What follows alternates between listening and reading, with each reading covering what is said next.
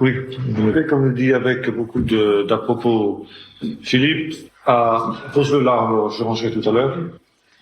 Peut-être en évitant pour de le chiffonner, donne une de ces demoiselles. Voilà. Donc, aux siècles apocalyptiques, toujours dans notre étude de la préhistoire de l'Église, et nous abordons un chapitre extrêmement important, c'est celui justement de l'apport des découvertes de Qumran.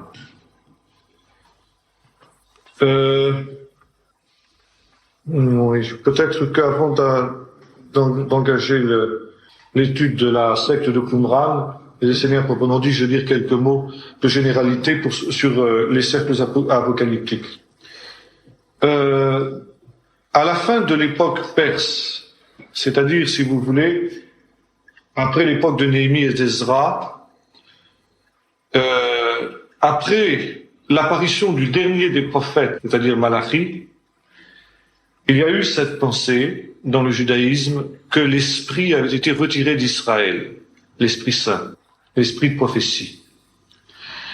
Le livre de Malachi en particulier se termine sur cette parole: souvenez-vous de la Torah que j'ai donnée à Moïse mon envoyé, les lois, les ordonnances qu'il vous a prescrites en Horeb, et voici je vous enverrai Élie avant la venue du grand jour du Seigneur. Il ramènera le cœur des pères vers les enfants, vous connaissez le texte. C'était en quelque sorte, disent les rabbins, la fermeture des cieux. Les cieux se sont alors fermés, en sorte que le Saint-Esprit ne descendait plus. Le Saint-Esprit ne pouvait plus descendre. Depuis Malachi, il n'est plus paru d'inspiré, de prophète, d'homme de l'Esprit. On constate dans toute la période de l'Ancien Testament, on en parlera pour ceux qui viendront au séminaire, une grande activité de l'Esprit Saint. L'Esprit Saint était à l'œuvre, bien sûr, chez les prophètes. Il était à l'œuvre également, par exemple, à l'époque des juges, qui étaient des hommes de l'Esprit. Il était à l'œuvre parmi les nazirs. Il était à l'œuvre parmi les rois, parmi les prêtres, etc. À partir de la fin de l'âge de l'Ancien Testament, de l'époque de l'Ancien Testament, l'Esprit est retiré d'Israël et les cieux se ferment.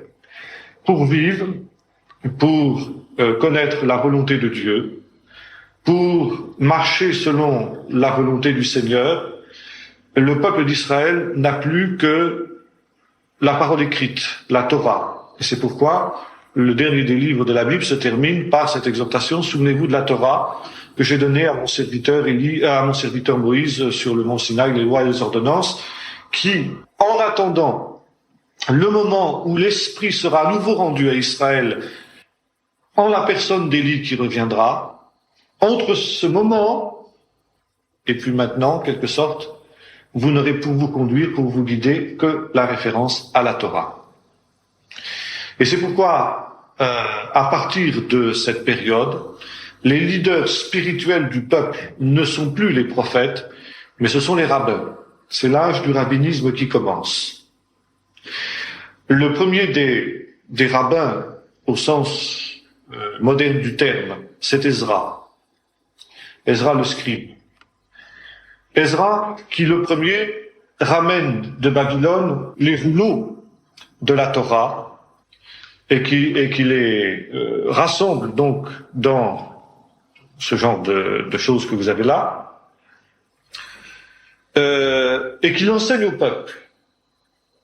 C'est pourquoi dans la tradition juive, Ezra est considéré comme un second Moïse, comme celui qui rend en quelque sorte une deuxième fois la Torah à son peuple. Une Torah qui avait été oubliée à la fin de l'âge des prophètes et pendant toute la période de l'exil de Babylone, et qui redevient la base de la vie de la nation juive au moment où elle revient de son exil. Et Ezra rassemble autour de lui 120 sages qui forment ce qu'on appelle en hébreu la Knesset Agdola, la grande synagogue. Vous savez que c'est cette institution qui a donné l'existence du Parlement israélien moderne, qui s'appelle justement de ce même nom, la Knesset, et qui comprend 120 membres, autant qu'il y en avait à l'époque d'Ezra. C'est un décalque moderne, si vous voulez, de l'institution de la grande synagogue qui a été faite par Ezra. Et donc, à partir de ce moment-là, on va se mettre à étudier la Torah, non plus par, je dirais, une approche de l'Esprit Saint, mais par une approche intellectuelle. L'étude, c'est l'étude qui remplace la révélation. Toutefois, il y a cette pensée que, au moment de l'âge messianique, quand le Messie viendra, les cieux s'ouvriront à nouveau, le Saint-Esprit descendra, et en particulier, il descendra sur la personne du Messie. Le Messie qui, comme son nom l'indique, n'est-ce pas, se dire loin, Mashiach, c'est loin, sera loin du Saint-Esprit, sera l'homme de l'Esprit par excellence, l'homme sur lequel l'Esprit reposera dans sa plénitude, comme l'avait annoncé le prophète Ésaïe au chapitre 11. L'Esprit du Seigneur reposera sur lui dans ses 7 manifestations, esprit de conseil, de force, etc. Vous connaissez le texte. Il y a aussi cette idée que, avant que le ciel ne s'ouvre, pour permettre à l'Esprit de descendre sur le Messie, vous savez comment justement le Nouveau Testament accomplira littéralement cette espérance que nous trouvons dans les livres postérieurs du judaïsme, puisque quand Jésus apparaîtra, sera baptisé par Jean sur le bord du fleuve du Jourdain, le ciel s'ouvrira, le Saint-Esprit descendra sur lui, la voix se fera entendre, c'est ici mon fils bien-aimé, etc. Mais il y avait aussi cette idée, basée sur l'interprétation justement du verset de Malachie et d'un verset de Michée 7, oui, quelque chose comme ça, que avant la venue du Messie, un dernier prophète paraîtrait. Ce prophète, ce serait Élie. Je vous enverrai Élie. Et que cet Élie serait encore, en quelque sorte, celui qui ferait la brèche.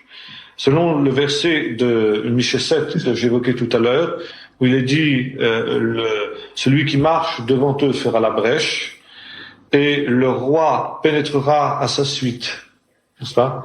Alors, il y avait cette interprétation à l'époque de l'intertestament, c'est-à-dire entre les 2 testaments, l'Ancien et le Nouveau, que Élie serait celui qui ferait la brèche dans le ciel, pour qu'à nouveau le ciel s'ouvre et que l'Esprit descende, et que, une fois la brèche ouverte, l'Esprit du Seigneur descendrait sur la personne du Messie, et de là se répandrait sur le peuple tout entier. Tout le peuple de l'Éternel serait composé de prophètes et s'accomplirait la prophétie de Joël qui annonçait que l'Esprit du Seigneur serait répandu dans les derniers temps sur toute chair. Je passe sur l'accomplissement que nous trouvons de cette espérance, n'est-ce pas, dans le Nouveau Testament avec l'ouverture du ciel à la Pentecôte et puis la référence explicite qui sera faite par Pierre justement dans son discours à cette prophétie de Joël qui était au centre justement des espérances juives en relation avec les derniers temps. Donc, si vous voulez, le ciel, entre ces 2 périodes, le ciel reste fermé. Il n'y a plus d'esprit, l'esprit prophétique n'agit plus. Néanmoins, il y a un certain nombre de gens qui se résignent mal à cette fermeture du ciel, qui pensent que l'étude, d'après les techniques d'exégèse rabbinique qui prennent naissance à cette période-là, ne suffisent pas et qu'il est très difficile de vivre sa foi sans une direction directe de l'Esprit Saint. Et puisque il n'est pas possible de recevoir l'Esprit Saint puisque le ciel est fermé, il y a peut-être une autre solution de connaître les choses de Dieu directement dans la révélation, dans le domaine de la révélation, c'est soi-même de monter aux cieux. N'est-ce pas? Et c'est la naissance de l'apocalyptique. L'apocalyptique qui va naître à cette période-là, la période de l'intertestament, si vous le voulez, ou si on peut employer une terminologie, l'époque du 2e temple, va être une grande période à la fois du rabbinisme et à la fois de l'apocalyptique. L'apocalyptique va naître non pas dans le courant officiel du judaïsme, mais je dirais dans des cercles marginaux, dans ce qu'on appellerait aujourd'hui des sectes, sans que cette nuance, sans que ce terme ait la nuance péjorative qu'elle a aujourd'hui dans notre langue. Par exemple, les sectes juives que nous trouvons à l'époque de Jésus, et dont le christianisme était l'une d'entre elles d'ailleurs, n'est-ce pas, à ses origines, c'était comme ça qu'elle était considérée, Paul le dira explicitement. Quand il s'expliquera devant le roi Agrippa, il dira, je te confesse que je sers Dieu selon ce qu'ils appellent une secte, mais le mot secte, à cette époque-là, n'avait pas du tout la nuance péjorative qu'elle a aujourd'hui. Les sectes avaient parfaitement droit de citer dans le judaïsme de la fin de l'époque du Deuxième Temple était un judaïsme pluraliste qui admettait, à partir d'un consensus minimum, une variété d'interprétations possibles. Et par exemple, le christianisme, en tant que secte juive, avait parfaitement droit de citer et était parfaitement respecté, comme l'épisode, par exemple, de Gamaliel le montre dans le livre des Actes. N'est-ce pas? Je ferme la parenthèse pour revenir à notre propos. Donc, un certain nombre de cercles vont ne pas accepter cette fermeture du ciel et se mettre à part pour chercher une révélation de Dieu. Et cette révélation de Dieu, cette révélation directe de Dieu, qui va être particulièrement forte dans les périodes d'épreuves nationales, et ces périodes d'épreuves nationales vont être au nombre de deux périodes essentielles. La première, c'est la révolte maccabéenne, c'est-à-dire au IIe siècle, à partir de 165 avant Jésus-Christ, au moment où le roi syrien Antiochus IV Épiphane va tenter d'helléniser de force ses sujets juifs. La première persécution religieuse de l'histoire va avoir lieu, n'est-ce pas? Et un certain nombre de juifs, les Maccabées, les Chassidim, comme on les appelle, vont prendre les armes pour résister à cette tentative d'assimilation, préférant le martyre plutôt que d'abjurer leur foi. Bien entendu, dans ce temps d'épreuve où ils vont subir de terribles souffrances et de terribles épreuves, ils cherchent à connaître les secrets de Dieu, le secret de la rédemption, et d'aucuns se demandent si ce temps d'épreuve ne marque pas justement les douleurs de l'enfantement de l'âge messianique, comme on disait alors dans le judaïsme, et par conséquent que la venue du Messie est imminente. Et certains essayent déjà de spéculer, d'essayer de comprendre si effectivement le Messie n'est pas à la porte et dans combien de temps en tout cas le Messie viendra. La deuxième période où l'apocalyptique va prendre naissance, c'est bien sûr la conquête romaine, en 63 avant Jésus-Christ, et pendant toute la période qui suit cette date jusqu'à 70 après Jésus-Christ, la destruction du temple, et même après, n'est-ce pas, jusqu'à disons 135 à peu près, la deuxième révolte juive, dans ce temps d'épreuve nationale, les spéculations apocalyptiques vont fleurir de la part de tous ces cercles qui attendent, comme le dit le Nouveau Testament, en parlant du vieillard Siméon, la consolation d'Israël. Alors, qu'est-ce que c'est que l'apocalyptique? Je crois qu'il n'est pas inutile de s'y référer parce que l'apocalyptique recouvre ce que nous appelons les livres, un certain nombre de livres apocryphes du Nouveau Testament et de l'Ancien. D'autre part, les apocalypses apocryphes plutôt, ont aussi un certain nombre de points communs avec notre apocalypse canonique, c'est-à-dire l'apocalypse de Jean. Comprendre le courant apocalyptique, c'est comprendre un peu mieux, non pas toute l'apocalypse de Jean, je n'ai pas cette prétention, loin s'en faut, mais en tout cas, c'est comprendre un petit peu mieux cet apocalypse, et ça permet d'éviter des âneries et des bêtises que l'on dit beaucoup sur cet apocalypse de Jean, et c'est aussi comprendre le christianisme. Car le christianisme, à son origine, est un mouvement apocalyptique. La prédication de Jésus est une prédication apocalyptique. Et quand je dis apocalyptique, il ne faut pas donner à ce terme le sens que nous lui donnons d'habitude, c'est-à-dire d'un ensemble de phénomènes terribles, terrifiants, bouleversants, les montagnes qui s'écroulent, le feu du ciel qui tombe. Ça, c'est une interprétation un peu moderne, je dirais, du mot apocalyptique. L'apocalypse dans la version originale, c'est donc cette possibilité d'une révélation, bien que le ciel soit fermé. Alors, il faut ici distinguer le voyant du prophète. Le voyant succède au prophète. Il existe dans l'Ancien Testament déjà un livre, plutôt les derniers livres prophétiques ont un caractère apocalyptique, certains d'entre eux du moins. Déjà, avec la prophétie de Joël, il y a une certaine tendance apocalyptique dans le livre de Joël, mais le livre prophétique où l'apocalyptique est le plus net, c'est dans le livre de Zacharie, en particulier, où le voyant, le prophète, en ce qui concerne Zacharie, est enlevé au ciel. Il a, par exemple, la vision du chandelier d'or. Il a la vision du grand prêtre Josué qui se tient dans les lieux célestes. Il a la vision des lieux célestes. Il pénètre dans les lieux célestes. Il voyage dans les lieux célestes. Il voit un certain nombre de choses qui sont au-delà du monde visible, au-delà du monde sensible. Alors que le prophète, lui, avait une révélation de Dieu, des choses qui étaient bien des choses de ce monde, n'est-ce pas? Les choses qui allaient arriver, les événements, mais qui étaient des événements terrestres. Le voyant, lui, a une vision des choses célestes, et à la lumière de ce qu'il voit dans le ciel, eh bien, il se rend compte qu'il y a une interaction entre les choses célestes et les choses terrestres, et que les choses terrestres sont aujourd'hui ce qu'elles sont à cause de ce qui se passe dans le ciel. Et vous voyez tout de suite qu'on retrouve ça dans l'Évangile.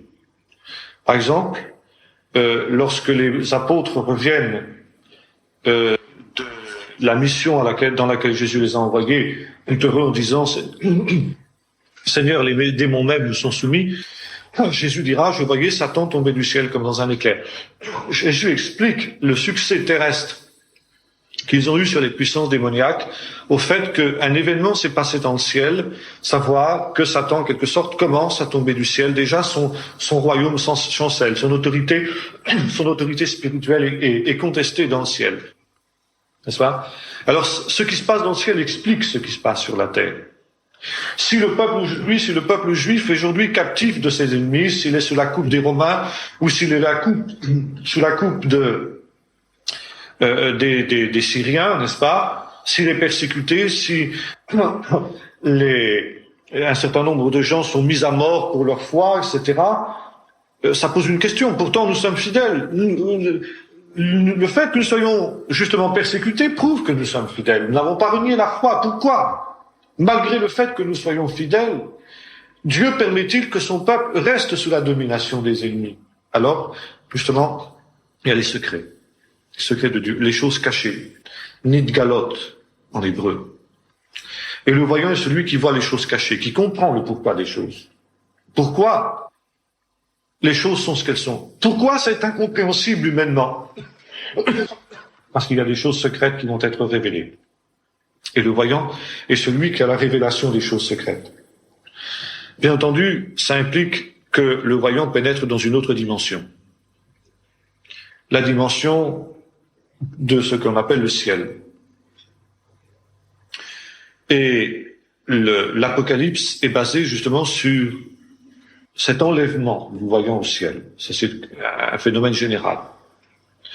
Tous les livres apocalyptiques commencent par le récit non plus de la vocation du prophète, vous savez, de la vision inaugurale du prophète, Ésaïe 6, je vis le Seigneur sur un trône très élevé, etc., ou bien Jérémie, là, qui voit une branche d'amandier. Bon, là, au contraire, l'Apocalypse commence toujours par le récit de l'enlèvement de l'auteur au ciel.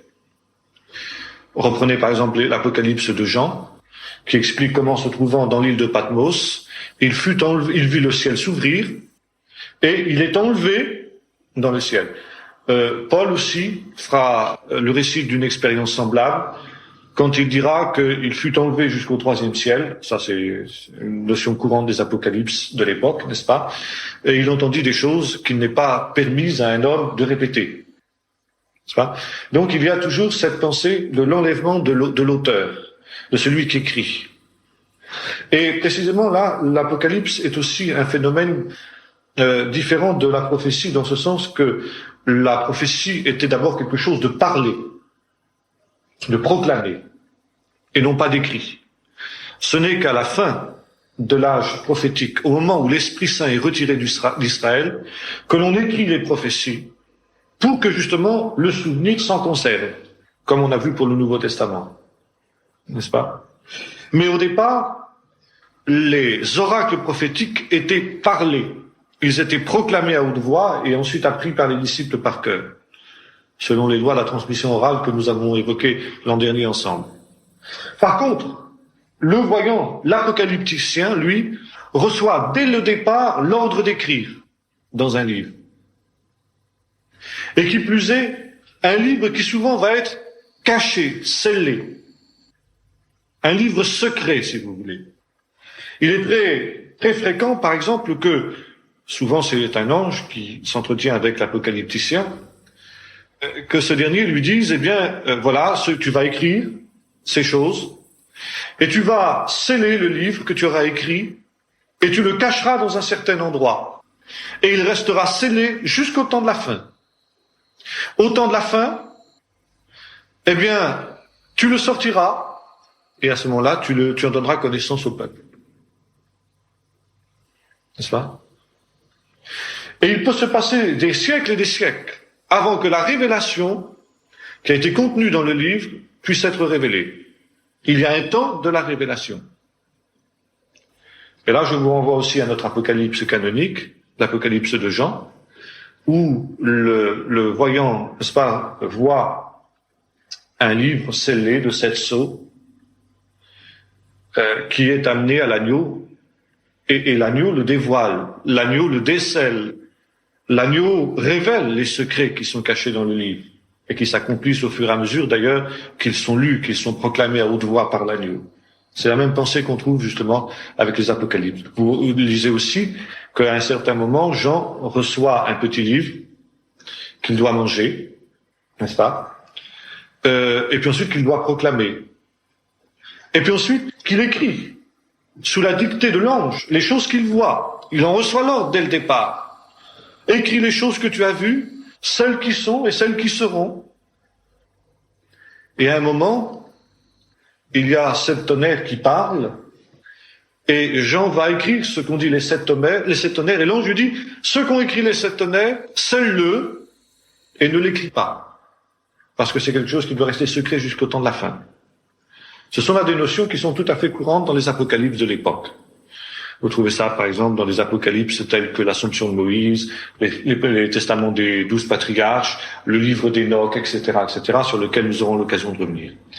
Alors, donc, la prophétie et l'apocalypse, alors, à l'inverse de la prophétie, est quelque chose qui est écrit. Maintenant, l'apocalypse, c'est aussi un phénomène qui est une réflexion, ou une révélation plutôt, enfin qui se donne comme une révélation, parce que beaucoup d'apocalypses, bien sûr, la plupart des apocalypses, mis à part notre apocalypse canonique, ne sont que des fictions, n'est-ce pas? Mais se donnent en tout cas comme des révélations. Et se donnent comme une révélation sur le sens de l'histoire.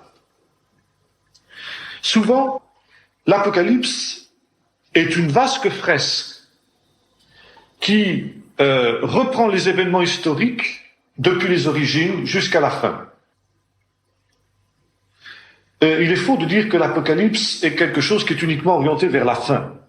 Bien sûr, la fin, c'est finalement l'essentiel, parce que c'est la fin qui donne tout son sens à l'histoire des hommes. Mais en fait, l'Apocalypse est une révélation sur le sens de l'histoire. Et elle commencera souvent par, justement, les origines, tout simplement. Les grands apocalypticiens qu'on trouve dans les apocalypses apocryphes, ce sont par exemple les patriarches. Vous avez par exemple une apocalypse d'Adam. Vous avez une apocalypse de Noé. Vous avez, bien entendu, le grand apocalypticien. L'apocalypticien par excellence, c'est Enoch. Celui qui a été enlevé au ciel, donc le type même du voyant. Et là, pourquoi a-t-il été enlevé au ciel? Parce que justement, là, il a reçu de Dieu des secrets qui ne devaient être révélés qu'à la fin des temps. Et quand nous lisons l'épître de Jude, par exemple, nous voyons que cette idée n'est pas tout à fait fausse. Et que précisément, Enoch a prophétisé en fonction des temps de la fin. Vous avez, bien entendu, un autre personnage aussi qui est un des favoris des apocalypticiens de cette époque, c'est Melchisédek. Précisément aussi cet homme mystérieux, n'est-ce pas, que l'on affirme avoir été enlevé au ciel. Vous avez le patriarche Sem, le fils de Noé, qui lui aussi serait l'auteur d'une apocalypse. Vous avez les 12 patriarches, c'est-à-dire les fils de Jacob, notamment le patriarche Lévi. Vous avez Moïse, bien entendu. Il était tout à fait normal que Moïse, l'homme de la révélation, celui dont la mort est mystérieuse, qu'il ait été l'objet, lui aussi, d'une révélation de type apocalyptique. Et il n'est pas jusqu'à des prophètes comme Jérémie, par exemple, qui eux aussi n'aient été crédités d'une semblable vision. Et par exemple, on trouve des échos de cette tradition dans le Nouveau Testament, lorsque Jésus demande à ses disciples « Qui dit-on que je suis, moi, le Fils de l'homme, au dire des gens ?» Et les disciples répondent « Certains disent que tu es Jérémie. » Pourquoi ? Parce que justement, on pensait que Jérémie n'était pas mort dans certains milieux apocalyptiques juifs. On pensait que Jérémie avait été enlevé au ciel et qu'il réapparaîtrait aussi à la fin des temps pour annoncer la venue du Messie. Alors il est tout à fait logique que certaines personnes aient vu dans Jésus, n'est-ce pas, ce Jérémie qu'ils attendaient. Et donc, un homme qui souvent est un grand homme du passé, qui a vécu aux origines du monde, et qui peut expliquer, n'est-ce pas, le sens de l'histoire. Pourquoi la chute? Pourquoi le mal? Pourquoi la souffrance? Pourquoi le déluge? Pourquoi l'épisode de Babel? Et ceci parce que justement, lui dit le Seigneur, l'histoire converge vers un terme. Et souvent, le patriarche, à l'instar, par exemple, de la révélation de type apocalyptique déjà que recevra Abraham dans le chapitre 15 du livre de la Genèse, au moment de l'alliance entre les animaux partagés, où le Seigneur lui annonce le destin futur de son peuple. En termes très courts et très sobres dans la Genèse, bien sûr, qui est très loin de toutes les enjolivures et de toutes les spéculations des apocalypses apocryphes, mais qui sert quand même de prototype à toutes ces spéculations-là, n'est-ce pas? Dieu dit à Abraham, au moment où il tombe dans un profond sommeil, et souvent le sommeil, n'est-ce pas, est le moyen par lequel le voyant est enlevé au ciel. Par exemple, Adam, c'est au moment évidemment où il tombe dans le profond sommeil au sujet de sa côte qu'il va avoir sa révélation apocalyptique, n'est-ce pas? Donc Abraham, pour revenir à lui, il tombe dans un profond sommeil et le Seigneur lui annonce ce qui va se passer en lui disant « Sache que tes descendants seront captifs dans un pays qui ne sera pas le leur et qu'ils seront opprimés pendant 400 ans. Mais au bout de cette période-là, ils reviendront dans ce pays-ci avec de grandes richesses parce que l'iniquité des Cananéens n'est pas arrivée à son terme. » Donc souvent les patriarches, les pères du peuple, sont ceux qui, avant de mourir, c'est souvent à l'heure de la mort d'ailleurs, que dans la vision apocalyptique, les patriarches reçoivent la révélation de ce qui va arriver à leurs descendants, comme Jacob, sur son lit de mort, par exemple, prophétisera sur ses 12 fils. Et d'ailleurs, cette vision, n'est-ce pas, cet épisode, ce récit de la mort de Jacob et de sa prophétie avant sa mort, comme celle de Moïse d'ailleurs, qui lui est équivalente, servira de base à bien des apocalyptiques, n'est-ce pas? On va spéculer sur les prophéties qui sont faites à chacun de ses 12 fils, chacune de ses 12 tribus, et à leur tour, n'est-ce pas, à l'heure de la mort, les patriarches sur lesquels il a été prophétisé vont aussi prophétiser sur leurs descendants. Pourquoi? Parce que dans la vision biblique, n'est-ce pas, le mourant, celui qui meurt en Dieu, en quelque sorte, est doué déjà d'une vision dans l'au-delà, il voit déjà dans l'au-delà. Et souvent, justement, la vision apocalyptique est une vision testament, et c'est par exemple l'expression qui reviendra souvent dans les livres apocalyptiques, le livre testament. Au moment où il va mourir, au moment où il va partir d'une manière extraordinaire, comme Enoch par exemple, ou bien comme Melchizedek, qui aussi selon la tradition de l'époque est enlevé au ciel lui aussi, n'est-ce pas, ou Moïse, par exemple, il y a un livre apocalyptique qui s'appelle l'Assomption de Moïse, dont on retrouve des passages justement dans le livre de Jude auquel je faisais allusion tout à l'heure. Donc, certains apocryphes ne sont pas totalement dépourvus d'inspiration à ce niveau-là, mais évidemment, le seul critère pour dire ce qui peut être inspiré à ce niveau-là, c'est ce que nous trouvons dans les réminiscences et les allusions qui lui sont faites dans le Nouveau Testament. Et maintenant, n'allons pas conclure, n'est-ce pas, que parce que le livre de l'Assomption de Moïse est cité par Jude, tout le livre de l'Assomption de Moïse est inspiré. il n'y a que cette partie-là à laquelle le livre de Jude fait allusion qui est inspiré. Car Jude, lui justement, conduit véritablement par l'Esprit Saint, a pu discerner ce qui était inspiré et ce qui ne l'était pas. Bon, ça c'est une parenthèse que je fais, n'est-ce pas? Donc, si vous voulez, c'est à l'heure de la mort, disais-je, ou au moment de son départ, que l'homme de Dieu va, en quelque sorte, voir dans l'au-delà déjà ce qui reste invisible, pénètre déjà dans le ciel dans lequel il va rentrer tout à l'heure, ou dans quelque temps plus tard, au moment où il va mourir, et est capable de transmettre à ceux qui restent sur cette terre les instructions qui vont leur être utiles pour l'avenir et pour leurs descendants. Et c'est la raison pour laquelle, disais-je, souvent, n'est-ce pas, ces visions s'appellent testaments. Testament des 12 patriarches, testament de Lévi. Et je disais tout à l'heure que notre Bible n'est rien d'autre finalement qu'une vaste apocalyptique, que la plus grande de toutes les apocalypses. Car c'est aussi un livre qui est une vision de l'histoire, qui part du commencement et qui va jusqu'à la fin, qui révèle le sens de l'histoire à la vision de Dieu, à la vision des événements célestes.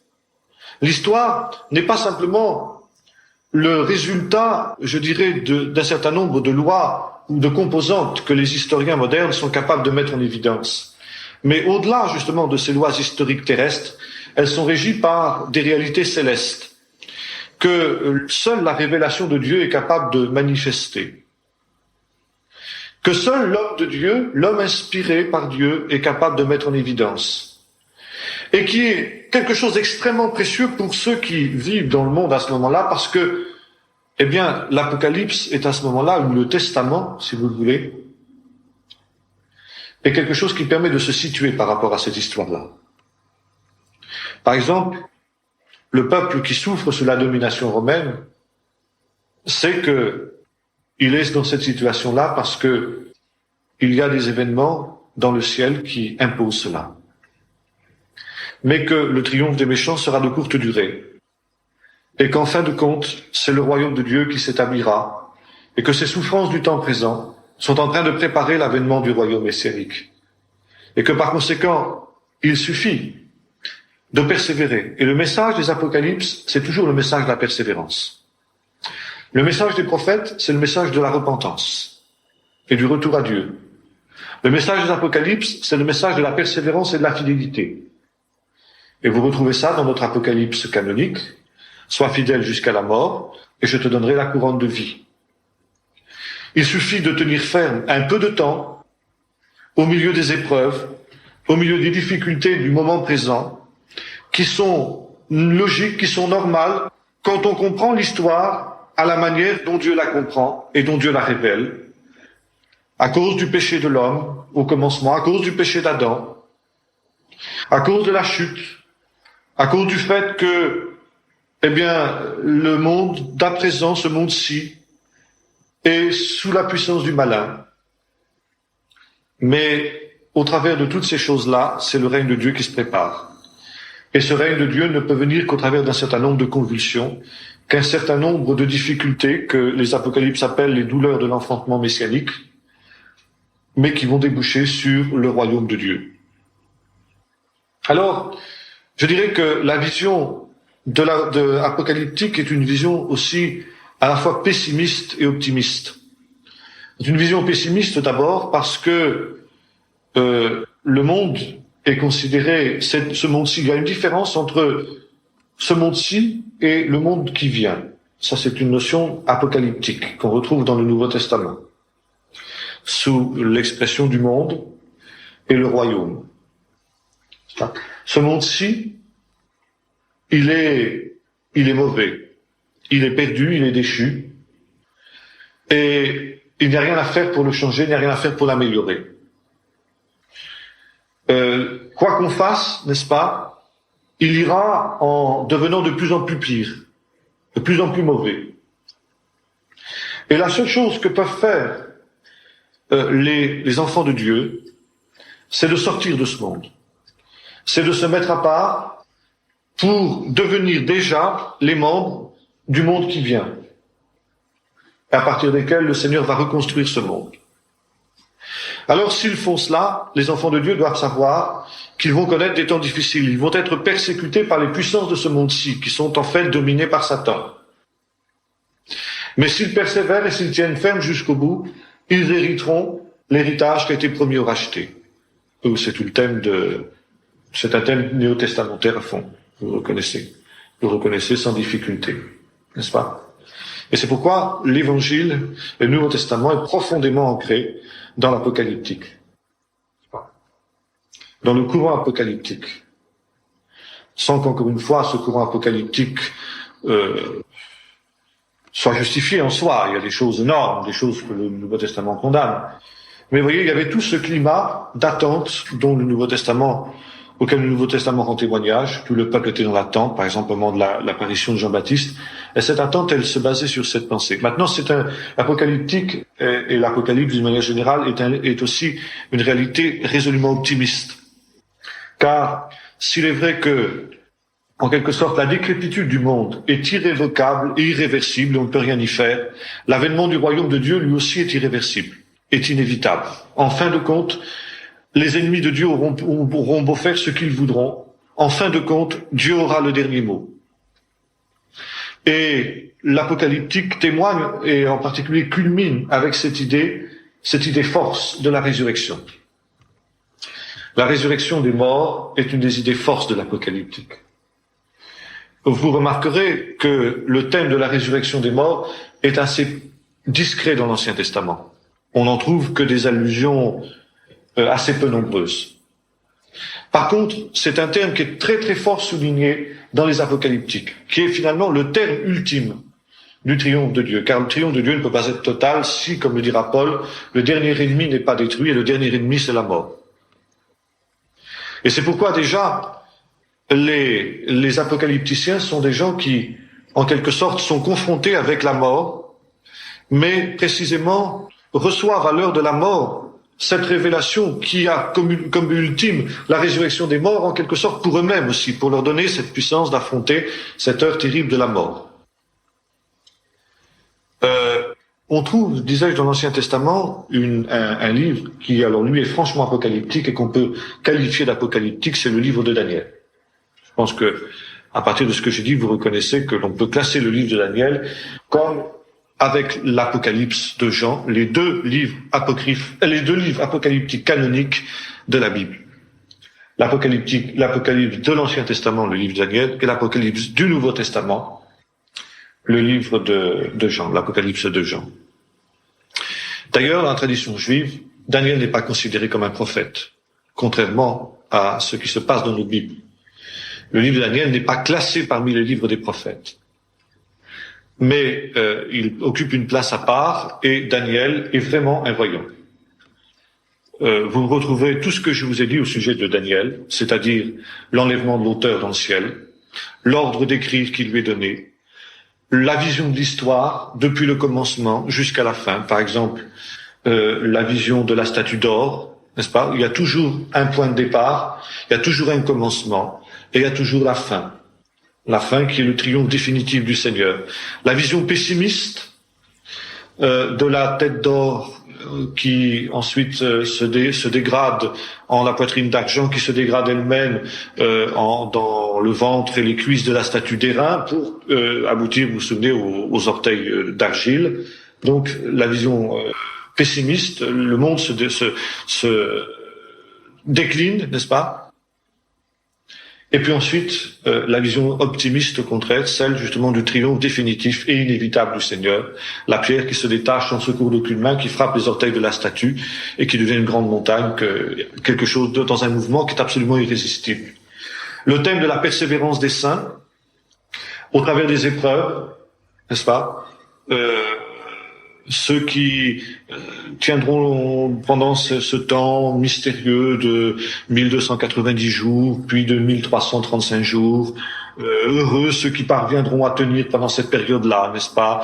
Et ensuite le thème de la résurrection des morts, n'est-ce pas, qu'on trouve esquissé d'une manière pleine et entière dans le livre de Daniel. Donc Daniel est le prototype de toutes les apocalypses ultérieures, C'est la plus ancienne, bien sûr, et c'est celle qui sert de modèle à toutes les apocalypses apocryphes.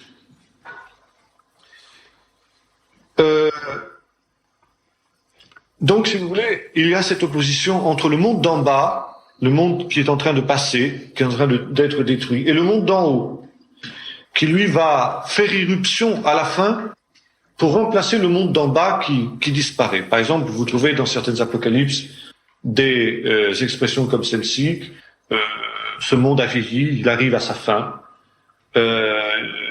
il est au moment de sa décrépitude la plus totale, etc. Mais en même temps, n'est-ce pas, un monde d'une jeunesse éternelle va lui succéder, va le remplacer, etc., etc. Ça, vous trouvez ça, par exemple, dans le livre d'Enoch. Maintenant, on pourrait dire aussi que l'Évangile est aussi apocalyptique dans ce sens. Par exemple, il y a dans les évangiles synoptiques, les 3 évangiles synoptiques, des discours de Jésus qui sont franchement apocalyptiques, qui évoquent justement les événements qui seront ceux de l'avènement du royaume de Dieu. D'autre part, il y a aussi cette vision du sens de l'histoire. C'est particulièrement vrai chez Matthieu. Il y a toujours cette référence, n'est-ce pas, ou même chez Jean, n'est-ce pas,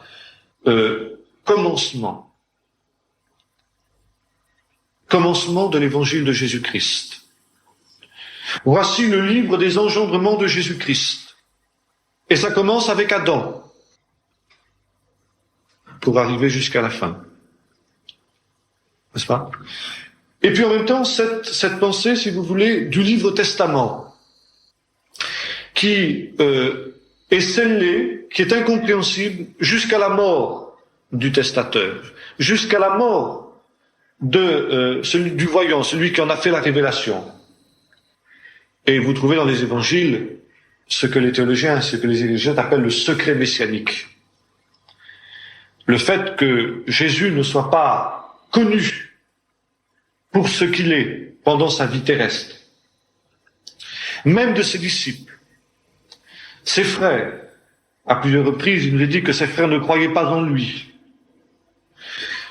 Si Pierre s'élève jusqu'à l'intuition de ce qu'est Jésus dans la fameuse déclaration de Césarée, quand il lui dit « Tu es le Christ, tu es le Messie, autrement dit le Fils du Dieu vivant », Jésus s'empresse de préciser « Ce n'est pas par la chair et le sang, c'est-à-dire ce n'est pas par une connaissance humaine que tu t'es élevé jusqu'à la connaissance de ce mystère, mais c'est par une révélation du Père qui est dans les cieux. » N'est-ce pas ? Et en fait, il faut la mort et la résurrection de Jésus pour que soudain, le mystère de Jésus soit révélé, apparaisse, on puisse le comprendre. Et soudain, le livre qui était fermé va s'ouvrir. Souvenez-vous par exemple de l'entretien de Jésus avec les disciples d'Emmaüs. C'est tout à fait caractéristique. Jésus, commençant par la Torah, par Moïse autrement dit, par les prophètes et par les psaumes, c'est-à-dire les 3 divisions de la Bible, testament hébraïque, leur explique dans toutes les Écritures ce qui le concerne. Et à ce moment-là, leurs yeux s'ouvrent et ils le reconnaissent. Le livre qui était scellé en quelque sorte est décellé et soudain ouvert. Le livre devient un livre ouvert. Et c'est le thème de l'Apocalypse de Jean, la Torah, celle que vous avez là, scellée de 7 sceaux, qui est incompréhensible jusqu'à ce que l'agneau vienne en révéler le sens, vienne en ouvrir le sens. Mais cela n'est possible qu'après sa mort, parce que l'agneau est un agneau immolé. Et il garde, n'est-ce pas, le marque de son immolation. C'est vraiment un testament. Il n'est compréhensible que parce qu'il y a eu mort du royaume. Et révélation dans les temps qui sont les temps de la fin. Par une révélation particulière du Saint-Esprit. Les temps de la fin qui, dans la vision du Nouveau Testament, commencent à la Pentecôte. Et soudain, tout ce qui était scellé, tout ce qui était caché devient clair. Sur le sens de l'histoire. Commencement de l'évangile de Jésus-Christ. Au commencement était la parole, et la parole était avec Dieu, et la parole était Dieu. Ça y est, on est dans le ciel, là.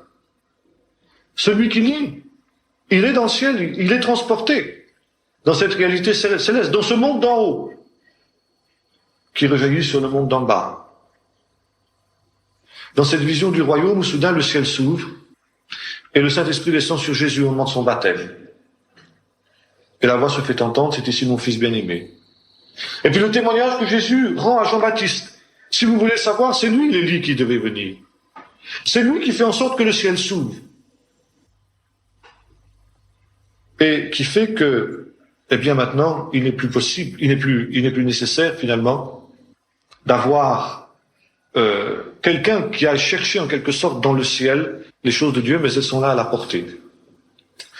Maintenant, il y a une autre caractéristique de l'Apocalypse, c'est le langage codé, le langage caché, le sens caché. L'Apocalypse va parler en images plus ou moins claires, souvent obscures d'ailleurs. Et ça commence avec Daniel, ça commence déjà avec Zacharie, les visions qui ont besoin d'être une explication, les 4 chevaux, n'est-ce pas, le chandelier d'or, ne comprends-tu pas ce que sont ceux-là? Demande l'ange qui parle à Zacharie. Non, mon Seigneur, et il faut une explication. Le sens est caché. Il y a des visions, il y a des symboles. Alors ces symboles, c'est le symbole d'objets par exemple, mais c'est aussi le symbole de nombres. La symbolique des nombres occupe une grande place dans l'apocalyptique. On trouve déjà ça dans Daniel, n'est-ce pas, les nombres mystérieux de l'Apocalypse, bien sûr, on retrouve ça, les septaines des fléaux, des coupes, des trompettes, les 7 églises, le nombre de la bête, le mystérieux nombre de 666, les 3 ans et demi au cours desquels la bête règne et le temple de Dieu est foulé aux pieds par les nations, etc.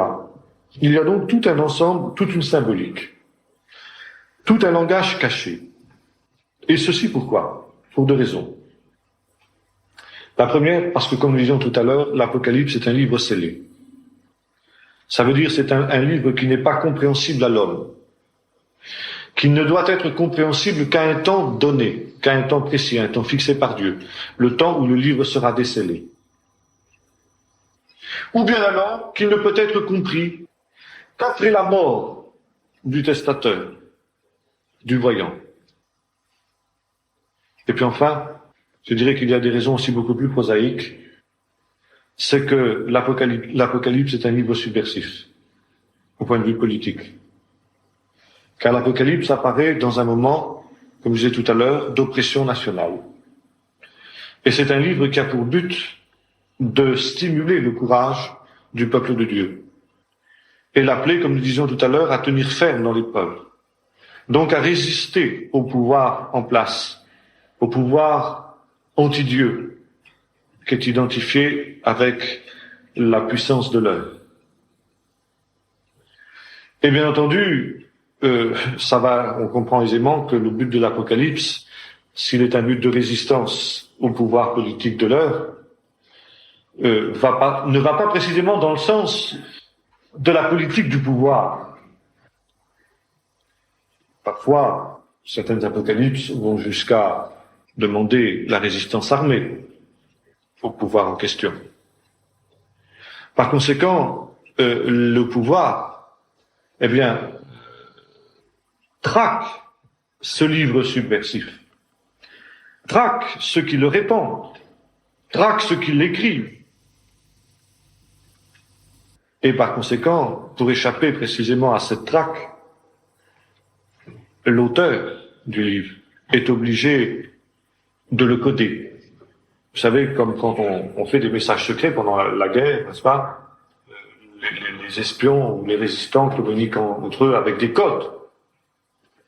Des codes qui ne sont compris que par ceux qui sont dans la résistance, dans le mouvement de résistance. Mais c'est un petit peu la même chose. Les codes, les clés d'interprétation, elles sont transmises de bouche à oreille à ceux qui sont des initiés.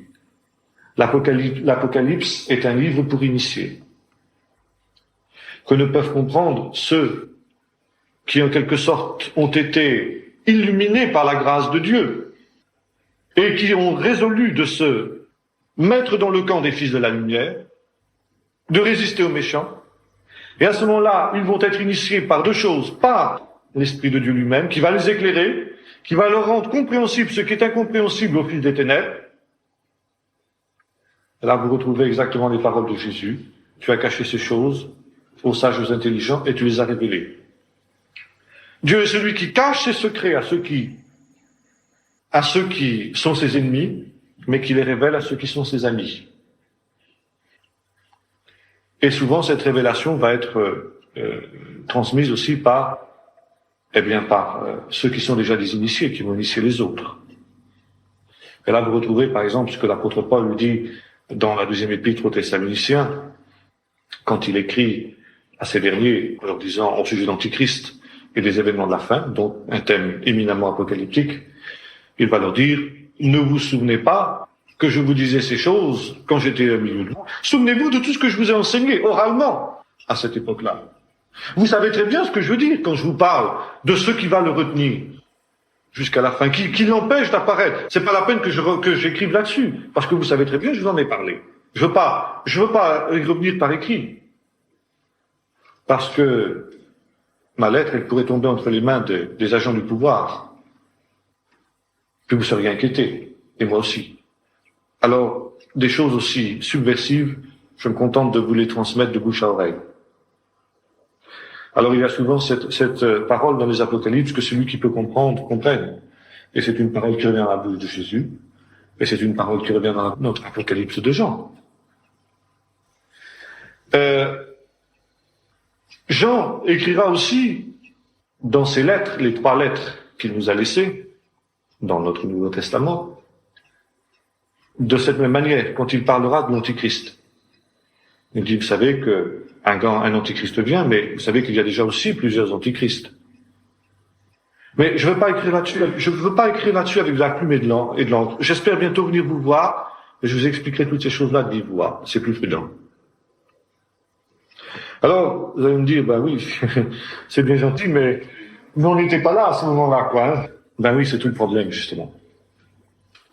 C'est pourquoi, quand on commence à lire l'Apocalypse de Jean, par exemple, ou plutôt un livre sur l'Apocalypse de Jean, quand vous en lisez un, ou Daniel, pareil, alors vous avez tout compris. Vous avez tout compris sur le retour de Jésus. Vous savez tout ce qui va se passer. Quand vous lisez un deuxième, vous commencez à vous poser quelques questions. Et quand vous lisez un troisième, vous ne comprenez plus rien. Et plus vous en lisez, moins vous comprenez. Parce que les clés, nous les avons perdues. Les clés d'interprétation de l'Apocalypse et des Apocalypses de ce moment-là, nous les avons perdues. Nous ne savons pas à quoi correspondaient les bêtes. Nous ne savons pas à quoi correspondaient les cornes. Nous ne savons pas à quoi correspondaient les nombres symboliques. Alors, quand on arrive à ce niveau-là, on est obligé de spéculer. Mais on est vraisemblablement à côté. Alors, on va dire, mais alors, on peut plus comprendre les Apocalypses. Ben non. Je crois qu'il faut arriver à cette conclusion-là. Jusqu'au temps marqué. Et vous lisez ça dans Daniel. Au temps de la fin, ceux qui auront d'intelligence comprendront. Au temps marqué. Il y a des temps où Dieu révèle certaines choses.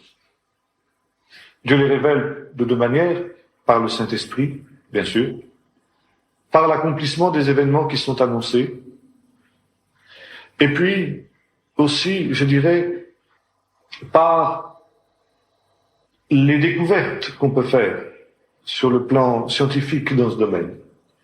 Et c'est pourquoi l'étude des apocalypses apocryphes est très importante. Pour notre compréhension de l'Apocalypse, des apocalypses canoniques. Parce que là, en comparant ces apocalypses avec nos apocalypses à nous, nos apocalypses canoniques, nous pouvons reconstituer un certain nombre de clés. Nous pouvons redécouvrir d'une certaine manière, n'est-ce pas? Par exemple, dans les découvertes de Qumran, j'en parlerai la prochaine fois. Bien, nous savons maintenant un certain nombre de choses. Il y a un certain nombre de notions apocalyptiques qui nous sont devenues claires. Ne serait-ce que par rapport aux évangiles. Et l'apôtre dit, plutôt le voyant dit dans Daniel, n'est-ce pas? Au temps de la fin, la connaissance augmentera. Si bien qu'il est vain de vouloir essayer de comprendre les choses avant le temps. Je lisais l'autre jour un commentaire de Godet sur l'Apocalypse, Or, vous savez, je crois que Godet est un des hommes les plus sérieux en milieu évangélique en ce qui concerne l'exégèse et la compréhension. Je me régalais un petit peu à la perspective de lire ce commentaire de l'Apocalypse de Godet dans un des bouquins que tu m'as vendu là. Et j'étais déçu, abominablement déçu. Tout Godet qu'il soit, il patouille abominablement. Parce qu'il n'avait pas les clés, parce que c'était pas le temps. Par contre, je disais, l'étude des Apocalypses nous permettra d'approcher un certain nombre de notions. Un certain nombre de notions nous permettront, non pas de comprendre, mais en tout cas d'éviter les erreurs bêtes et grossières que l'on fait beaucoup, y compris dans les milieux évangéliques, je dirais presque surtout dans les milieux évangéliques, car les milieux évangéliques sont ceux qui se penchent le plus justement sur ce genre de problème. Et parfois avec une curiosité qui est malsaine.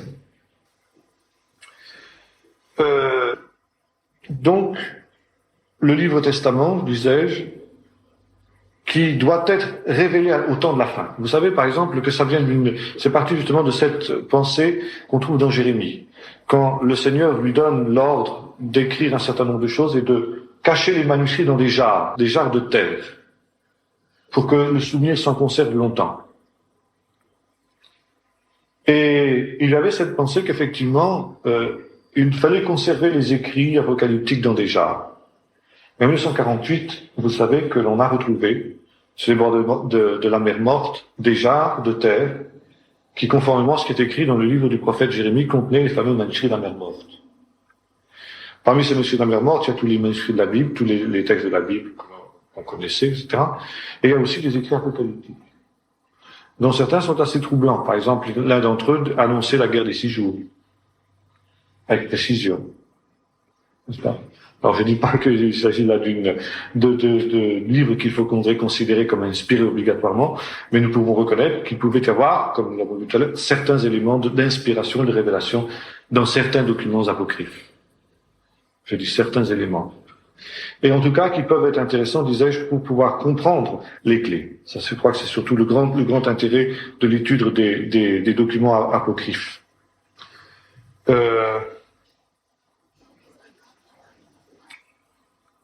Bon, je pense qu'on pourrait peut-être arrêter là pour ce soir, parce que l'heure tourne. Bien. Est-ce que vous avez quelques questions à poser sur ces problèmes de l'apocalyptique juive?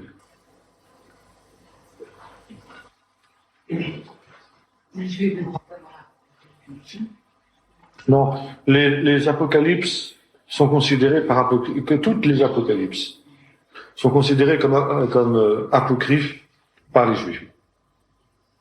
Le judaïsme orthodoxe a rejeté l'apocalyptique parce que l'apocalyptique, comme nous le verrons, la vision apocalyptique a entraîné des catastrophes sur le peuple juif.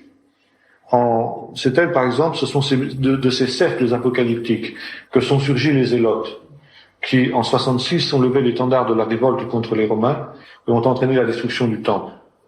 Ce sont des cercles apocalyptiques que sont surgis aussi les résistants qui ont levé l'étendard de la deuxième révolte juive, en 135 après Jésus-Christ, avec le faux Messie Bar Korba, et qui ont entraîné alors la dispersion, car la dispersion des Juifs dans le monde ne date pas de 70 comme on le croit, mais de 135. L'éviction des Juifs du pays d'Israël. Et donc c'est la plus grande catastrophe. Et à partir de ce moment-là, les rabbins ont interdit toutes les spéculations apocalyptiques et messianiques. Ils ont interdit de spéculer même sur la personne, l'identité du Messie, de réfléchir et par exemple, à partir de cette période-là, dans les écrits rabbiniques, il n'est presque plus fait allusion au Messie jusqu'à nos jours. L'espérance messianique reste quelque chose non pas de secret, je dirais, mais c'est pareil d'oral, quoi. Il faut plus en parler. Il faut plus en parler jusqu'à ce que le Messie vienne. C'est trop dangereux. Trop dangereux. On espère, on attend la venue du Messie, mais comment il viendra, quand il viendra, qui il sera, etc., il faut pas en parler. Il faut pas en parler. Mais alors justement, si on ne doit plus en parler, alors, la perspective du christianisme, comment est perçu le christianisme dans cette perspective?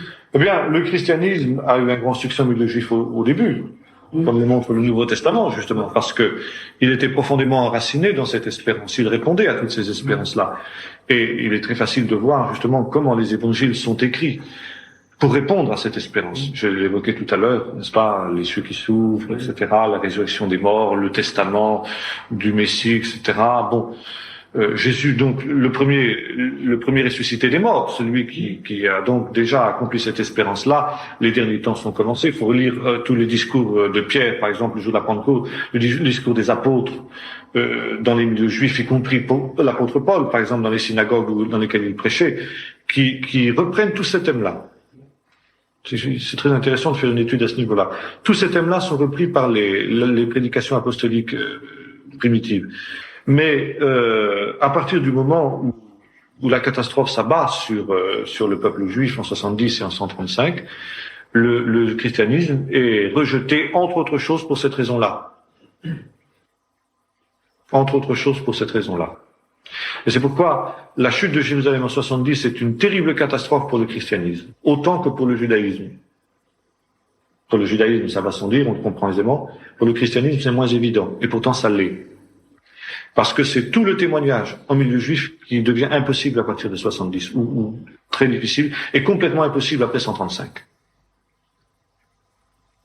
Et pour les chrétiens juifs, c'est une situation extrêmement difficile. Est-ce qu'il y a autre chose? Bon, eh bien, nous verrons la prochaine fois le catholicisme. On continuera sur le catholicisme. Les thèmes de l'Apocalypse, c'est les 2 psaumes, la Torah, je rappelle.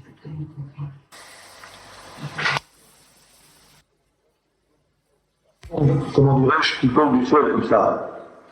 Mais on part toujours d'un texte de la Bible. Par exemple, j'ai parlé des patriarches, par exemple de Melchizedek. On trouve ça dans l'Épître aux Hébreux. C'est une vision, c'est une spéculation, enfin c'est pas une spéculation pour ce qui est de l'Épître aux Hébreux, mais ça ressemble à une des spéculations typiquement apocalyptiques. Bon, l'hébreu, l'homme biblique n'est pas un homme logique, au sens cartésien du terme, au sens platonicien du terme. C'est pas la logique de Socrate.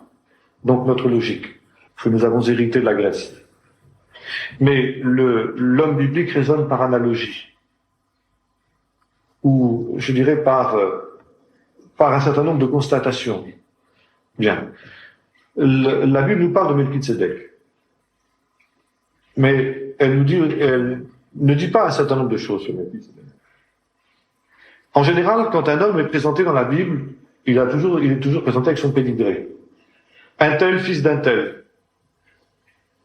Et puis, un tel roi régna l'année tant, etc. Il régna tant d'années, le nom de son père était ceci, le nom de sa mère était ceci. Il fit ce qui est bien aux yeux de l'Éternel, il fit ce qui est mal, etc. Il fit ceci, il fit cela, etc. Il mourut à l'âge de temps, etc. Son fils un tel régna 50 ans. Vous n'avez pas ça en ce qui concerne Melchizedek. C'est le seul personnage biblique où son pédigré n'est pas donné. Alors nous allons dire, bon, c'est comme ça parce que c'est comme ça, quoi. Mais l'homme biblique lui dit non, pas du tout. Si son pédigré n'est pas donné, c'est qu'il y a une raison. Et il faut découvrir cette raison-là. Pourquoi, justement, est-ce que son pédigré n'est pas donné? Eh bien, parce que, justement, c'est un homme exceptionnel, il n'a ni père ni mère, il n'a pas d'origine, et il n'a pas de fin. C'est un homme qui est éternel, il a toujours existé, et il existera toujours. Et dans certains textes apocalyptiques, n'est-ce pas, le Melchizedek est l'image du Messie. Et vous retrouvez ça dans l'Épître aux Hébreux. N'est-ce pas? Donc, si vous voulez, la Torah, il faut la comprendre. Non seulement par ce qu'elle dit, mais par ce qu'elle ne dit pas. Et comment peut-on comprendre ce qu'elle ne dit pas? Par une révélation. C'est le sens caché, les choses secrètes. Alors évidemment, il y a le sens que n'importe qui peut découvrir en la lisant tout simplement. Et puis il y a les choses que Dieu révèle à ses serviteurs, à ses voyants, à ceux qui l'envoient. Mais ça, c'est scellé. Il faut qu'il y ait quelqu'un qui le révèle. Il faut que le Saint-Esprit le révèle. Jésus, je disais tout à l'heure, explique dans toutes les Écritures ce qui le concerne. Et leurs yeux étaient empêchés de comprendre, jusqu'à ce qu'il soit mort et ressuscité. Et là, les écailles des yeux tombent, par exemple l'histoire de Paul est tout à fait caractéristique aussi, n'est-ce pas? Et lui qui connaissait les Écritures par cœur, mais il n'avait pas compris le sens caché, jusqu'au moment où ses écailles tombent des yeux, où il a la révélation de Jésus sur le chemin de Damas. À ce moment-là, il revoit la Bible, il la comprend, mais d'une manière tout à fait différente, dans une vision nouvelle, dans un éclairage nouveau que lui donne le Saint-Esprit. Et dans ce sens, l'Ancien Testament est déjà un apocalypse, parce qu'il contient un certain nombre de choses qui sont cachées.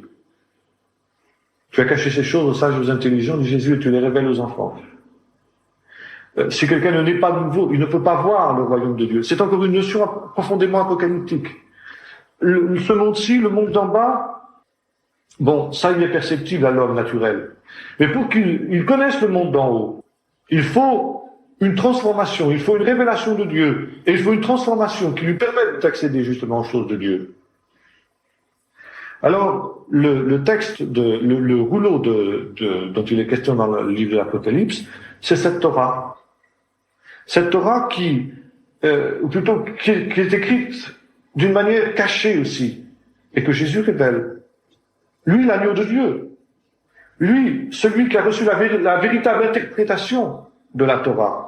Vous avez entendu qu'il a été dit aux anciens, mais moi je vous dis, voilà le véritable sens. Le sens qui n'est pas perceptible sans cette révélation.